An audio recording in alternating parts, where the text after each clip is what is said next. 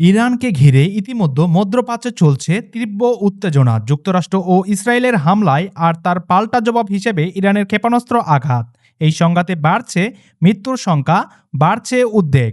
ইরানের যুক্তরাষ্ট্র ও ইসরায়েলের হামলায় এখন পর্যন্ত কমপক্ষে ১২৩০ জন মানুষ নিহত হয়েছেন। এর মধ্যে মিনাবের একটি বিদ্যালয়ে ক্ষেপণাস্ত্র হামলায় শিক্ষার্থীসহ ১৭৫ জন প্রাণ হারিয়েছেন, যা পুরো দেশকে নাড়িয়ে দিয়েছে। অন্যদিকে ইসরায়েলে নিহত হয়েছেন ১১ জন। ১ মার্চ বেইত শেমেশে ইরানের ক্ষেপণাস্ত্র হামলায় ৯ জনের মৃত্যু হয়। যুক্তরাষ্ট্রের পক্ষেও ক্ষয়ক্ষতি হয়েছে অনেক। কুয়েতে মার্কিন ঘাঁটিতে ইরানের হামলায় ৬ জন মার্কিন সেনা নিহত হয়েছেন। লেবাননে গত সোমবার থেকে ইসরায়েলি হামলায় কমপক্ষে ৭৭ জন নিহত হয়েছেন। কুয়েতে ইরানের হামলায় ২ জন কুয়েতি সেনাসহ ৪ জন প্রাণ হারিয়েছেন। সংযুক্ত আরব আমিরাতে ৩ জন নিহত হয়েছেন। ওমানের উপকূলে একটি ট্যাঙ্কারের হামলায় ১ জন নিহত হয়েছেন।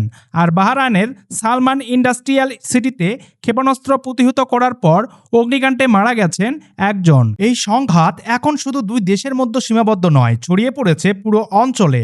প্রতিদিন বাড়ছে উত্তেজনা, বাড়ছে সাধারণ মানুষের দুর্ভোগ। মধ্যপ্রাচ্যের এই পরিস্থিতি কোথায় গিয়ে থামবে, সেটাই এখন বড় প্রশ্ন হয়ে দাঁড়িয়েছে।